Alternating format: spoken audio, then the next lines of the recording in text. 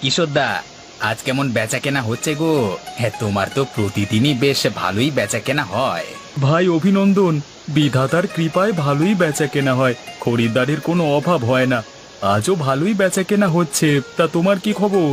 এই তো নতুন ব্যবসা হচ্ছে মোটামুটি ভালোই। ভাই শোনো, এখন হয়তো তোমার সেরকম ভাবে বিক্রি হবে না, নতুন ব্যবসা তো।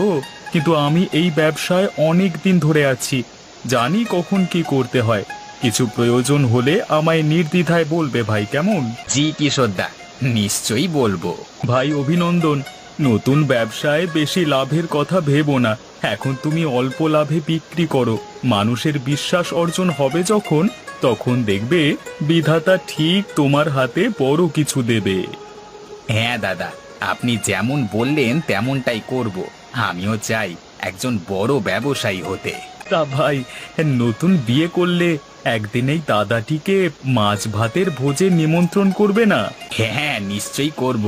আমার বউ খুব ভালো রান্না করতে পারে। কালকে রাতেই চলে আসবেন আমাদের বাড়ি, খেয়ে যাবেন কেমন? যাবো যাবো। এই বৃষ্টির রাতে গরম ভাত এবং তার সাথে মাছ ভাজা, ও জমে যাবে। ভেবেই জিভে জল চলে আসছে গো। হ্যাঁ, যা বলেছেন দাদা। 2 সপ্তাহ ধরে একভাবে বৃষ্টি হয়ে চলেছে, আর থামবার কোনো নামগন্ধই দেখছি না। বন্যা না হয়ে গেলে হয়। বন্যার কথা বলো না ভাই, আমাদের গ্রামের কাছেই নদী। বাঁধ ভেঙে গেলে সবকিছু ভেসে যাবে, তখন খাবো কি? আমাদের গ্রাম যদি ভেসে যায় তাহলে হাটও বন্ধ হয়ে যাবে, অন্য গ্রামের মানুষেরাই খাবে কি? হ্যাঁ দাদা, আপনি ঠিকই বলেছেন, কিন্তু আমার কথাটা তো বাস্তব, তাই না? এতদিন ধরে টানা বৃষ্টি হচ্ছে, নদীরও জল বৃদ্ধি পাচ্ছে, বাঁধ তো হয়ে যেতেই পারে। তার জন্য আমাদের আগাম সতর্কতা অবলম্বন করতে হবে, যাতে বন্যা হলেও ক্ষয়ক্ষতি তেমন না হয়। কিসের গল্প জুড়ে দিয়েছিস রে দুজন মিলে? গল্প না দাদা, আলোচনা করছিলাম। ও বাবা, তা আমিও শুনি, তোদের কি এমন আলোচনা হচ্ছে? আরে তেমন কিছু না রে, ও বলছিল টানা 2 সপ্তাহ ধরে বৃষ্টি হচ্ছে, বন্যা এলে কি করা উচিত, এসব নিয়ে কথা হচ্ছিল। ও বাবা, এসব কথাবার্তা চলছে তোদের? তা কি আবার হবে? প্রত্যেকবারের মতোই এবারও আমরা মোড়ল মশাইয়ের অতিথিখানায় আশ্রয় নেব। না রে বিনোদ, ওটা বলছি না। আমরা বলছিলাম যদি বন্যা আসে তাহলে আমাদের গ্রামের হাট বসবে না। আশেপাশের গ্রামের গ্রামবাসীরা তো আমাদের এই হাট থেকেই কেনাকাটা করে, তারা খাবে কি? এখন এত ভাবিস না, বিধাতা তখন ঠিক একটি উপায় বলে দেবে। চল, আমি আসি রে, নদীতে যেতে হবে, দেখি কিছু যাত্রী পাই কিনা। হুম, যা, আমিও বাড়ির দিকেই যাব। কি গো গিন্নি, খাবার বেড়ে বসে আছো কেন? যদি আমার আসতে দেরি হতো তখন কি করতে? কি আবার করতাম, আমি নিজে খেয়ে নিতাম। গিন্নি, মজা করছো আমার সাথে? কতদিন পর এইভাবে একটু মজা করলে তুমি আমার সাথে। থাক, আর বলতে হবে না, তাড়াতাড়ি খেতে বসো তো, অনেক বেলা হলো তো। বসছি বসছি, তুমিও আমার সাথে বসে পড়ো। আর কত বেলা করবে? তা বললে হয় গো, স্বামীর খাওয়া হলে তবেই স্ত্রীরা খায়, এটাই নিয়ম। তুমি চটপট খেয়ে নাও, তারপর আমি খেয়ে নেব। জানি না বাবা, তোমাদের এসব নিয়ম কানুন। ওসব ছাড়ো, আজকে কেমন বিক্রি হলো গো? মিথ্যে বলবো না, ঠাকুরের কৃপায় এখনো পর্যন্ত ভালোই বিক্রি হচ্ছে। এই ভারী বর্ষাতেও মানুষজন কেনাকাটা করতে আসছে। তা আসবে না কেন বলো তো? এই বর্ষায় গরম মাংস আর সাদা চালের ভাত খেতে যে ভারী সুন্দর লাগে। ঠিক বলেছো তুমি, কিন্তু একটা চিন্তা মাথায় রয়েই যাচ্ছে। চিন্তা? এর মাঝে আবার চিন্তা কিসের? অনেক চিন্তা আছে গো। টানা 2 সপ্তাহ ধরে বৃষ্টি হচ্ছে, সেটার খেয়াল আছে? এবার যে বন্যা নামবে, বন্যা হয়ে গেলে আশেপাশের গ্রামের মানুষজন খাবে কি? হ্যাঁ, এই কথাটা তো ভেবে দেখিনি। আমাদের গ্রামটা ছোট হলেও আমাদের গ্রামের হাটের ওপর নির্ভরশীল আশেপাশের গ্রাম, সব যদি ভেসে যায় তাহলে মানুষ খাবে কি? ওটাই তো চিন্তার বিষয় গো গিন্নি। আশ্রয় তো নিয়ে নেব মোড়ল মশাইয়ের অতিথিশালায়, কিন্তু আশেপাশের মানুষজনের কথাও তো ভাবতে হবে। তোমার মাথায় কত চিন্তা ভাবনা! তোমার মতো স্বামী পেয়ে আমি ধন্য, যে শুধু নিজের কথা নয়, আরো 4টে মানুষের কথা চিন্তা করে। আরে ওসব কথা ছাড়ো। আচ্ছা শোনো, তোমাকে একটা কথা বলাই হলো না। কি কথা গো? আমাদের বাজারে আমার পাশে মাছ নিয়ে বসে অভিনন্দন, নতুন ব্যবসা শুরু করেছে। তারও সাথে এই কদিন হলো বিয়ে করেছে, তাই রাতের বেলাতে বাড়িতে ভোজ দেবে বলেছে আমাদের। বাহ, এ এ তো দারুণ খবর। এবার ছেলেটা বুঝবে দায়িত্ব কাকে বলে। শুধু দায়িত্ব শিখিয়ে না, তার সাথে ছেলেটাও শুধরে যাবে। যে মেয়েটিকে বিয়ে করেছে, মেয়েটির চরিত্র খুব ভালো বলি শুনেছি। বদল ঘটিয়ে দেবে আমাদের অভিনন্দনের। ছেলেটা সুখে শান্তিতে ঘর করুক। খুব ডান পিটে ছিল, তো হলো, আর বসে থেকো না, যাও একটু বিশ্রাম নাও। এই বর্ষার ঠান্ডা আবহাওয়ায় গরম চা এত সুন্দর খেতে লাগে না। উফ, তাড়াতাড়ি যাই চায়ের দোকানে। এসো বিনোদদা, এসো আমাদের সাথে যোগ দাও। সে কি রে, আমি তো ভাবলাম তোদের মনে হয় ডাকতে হবে, তার আগেই চলে এসেছিস দেখছি। বিনোদ, আর বলিস না, এই সুন্দর আবহাওয়া দেখে আমি অভিনন্দনকে ডেকে নিয়ে চলে এলাম চা খেতে। কাকু, বিনোদদাকে একটা চা দিয়ে দাও, স্পেশাল চাটা দেবে কিন্তু। দিচ্ছি বাবা, একটু বসো। তা ভাই, আজকের চাটা কে খাওয়াচ্ছিস? আগের দিন তো আমি খাওয়ালাম। আজকে আমার পালা দাদা, আমি খাওয়াচ্ছি। বাহ, চল সবাই এবার বাড়ি চল, রাত হয়ে গেল তো। চল উঠে পড় সবাই, কাল আবার নিমন্ত্রণ আছে অভিনন্দনের বাড়ি। আমি কালকে কিশোর দাদাকে নিমন্ত্রণ করেছি, সেটা তুমি কি করে জানলে? আর যে তোমাকেও বলবো সেটা কি করে জানলে? আরে তোরা যখন কথা বলছিলিস আমি তখন শুনেছি, তাই জন্যই জানি। ও তাই বলো, আমি ভাবলাম কি করে আবার জানলে সব। তোরা চল বাড়ি চল। কাল কিন্তু তোমার উপর একটি মহা দায়িত্ব আছে। আমার উপর দায়িত্ব? কই, কিছু বলনি তো আগে, কি দায়িত্ব আছে? বউ, তেমন কিছু না। কালকে রাত্রে বিনোদদা আর কিশোরদা আসবে আমাদের বাড়িতে তোমার হাতে রান্না খেতে। বেশ ভালো করিয়ে জমিয়ে রান্না করতে হবে কিন্তু। ও আচ্ছা, এই ব্যাপার। তা রান্না কেন করব না, নিশ্চয়ই করব। আমি ভাবলাম কি না কি বলবে। ধুর পাগলি, আরে কি বলবো, এটুকুই শুধু। তুমিও না কি যে বলো, তোমার মুখে কিছুই আটকায় না দেখছি। থাক, কত লজ্জা করতে হবে না। কাল ভালো করে রান্না করবে। হ্যাঁ, মেনু হবে মাছ এবং সাদা ভাত। হ্যাঁ, রান্না তো করে দেব, কিন্তু কি উপলক্ষে নিমন্ত্রণ জানিয়েছো ওনাদের? তেমন কিছুর জন্য না। এক কিশোর দাদা আছে না, উনি আমার ব্যবসা চালাতে অনেক কিছু সাহায্য করেন। আবদার করেছেন আমার বাড়িতে খাবে, তাই আর কি। কি উপলক্ষে বলেছে জানো? হ্যাঁ বলো, আমিও শুনি। বলেছে নতুন বিয়ে হয়েছে সেই উপলক্ষে। মানে তোমার ব্যবসাতে কিশোর দাদা সাহায্য করে, নিশ্চয়ই মানুষটি খুব ভালো মনের। না হলে এখনকার স্বার্থপর জীবনে কেউ কারো উন্নতি দেখতেই পারে না। যা বলেছ বউ, আমাকে অনেক সাহায্য করে। এত কিছুর পরে তার আবদারটা রাখা তো আমার কর্তব্য। জি, কাল আমি ওদের তৃপ্তি করে খাওয়াবো। আজকে রাত হয়ে গেল, ঘুমিয়ে পড়ো, কাল আবার বাজারে যেতে হবে তো। আর এই অসহ্যকর বৃষ্টি কোনোদিন যেন থামবে না। এই বৃষ্টির কথা বলতে মনে পড়ল, সবকিছু ভালো করে গুছিয়ে নিও। যা বৃষ্টি দেখছি, বন্যা নামলে কি হবে? প্রস্তুত থাকতে হবে আগে থেকে। আচ্ছা, তুমি কিচ্ছু চিন্তা করো না, আমি সব কিছু ঠিকঠাক করে রাখবো। কি ব্যাপার, আজকে কিশোর দাদা এখনো দোকানে এলো না? অন্যদিন তো আমার থেকে আগে এসে দোকান খুলে ফেলে। এই বৃষ্টি হচ্ছে বলে আজকে দোকান খুলবে না নাকি? কি ব্যাপার অভি, আজকে একা কেন?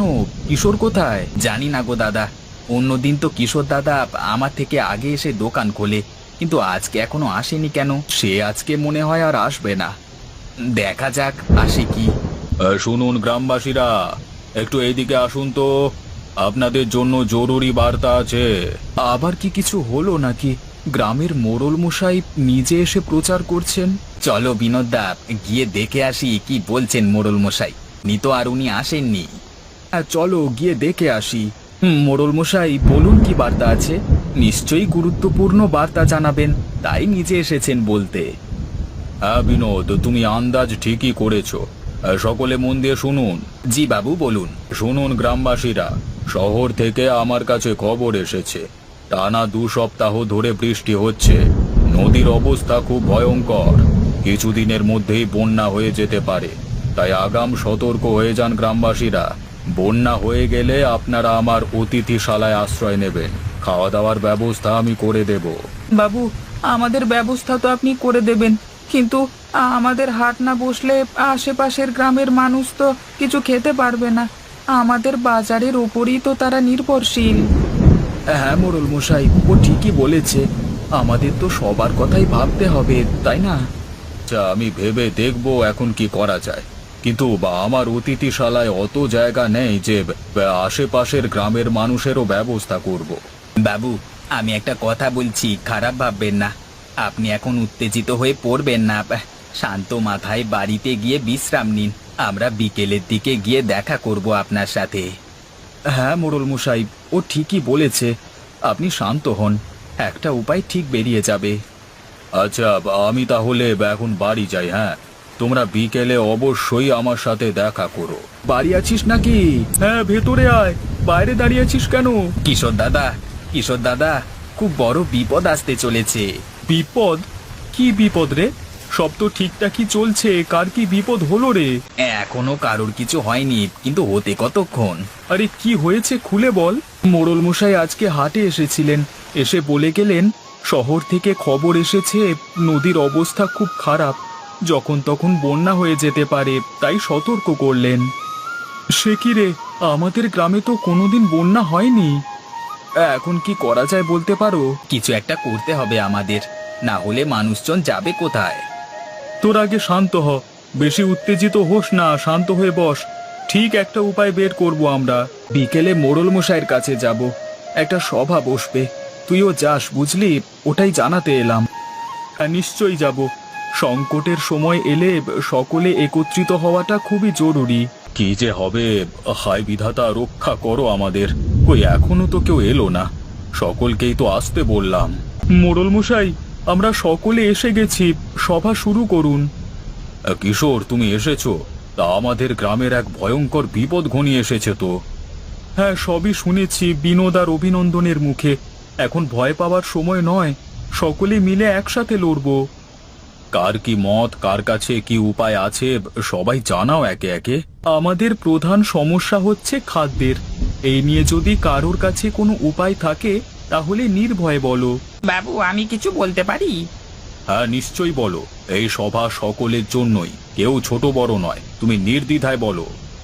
বলছিলাম যে যদি আমরা শহর থেকে খাবার জন্য শাকসবজি নিয়ে চলে আসি, তাহলে তো আর অভাব হবে না। শহরে যেতে তো 1 সপ্তাহ লাগবে, আর অত সময় নেই আমাদের। আমাদের গ্রামের মানুষজন খেয়ে পড়ে বেঁচে থাকবে ঠিক, কিন্তু পাশের গ্রামের গ্রামবাসীরা কি করবে ওটাই তো ভাববার। হ্যাঁ মোড়ল মশাই, আমাদের গ্রামের হাট যদি বন্ধ হয়ে যায়, তাহলে তাদের খাদ্য সংস্থানও বন্ধ হয়ে যাবে। ওরা থাকবে কি করে? ওটাই হচ্ছে প্রধান সমস্যা। যদি চারিদিক জলে পরিপূর্ণ হয়ে যায় তাহলে কিভাবেই বা আমাদের হাট বসবে? এমনিতেও তো শাকসবজি সব নষ্ট হয়ে গেছে। কি যে করব কিছুই বুঝতে পারছি না। বিধাতা, আমাদের রক্ষা করো তুমি। মোড়ল মশাই, এটি করলে কেমন হয়? তোমার কাছে কি কোনো উপায় আছে?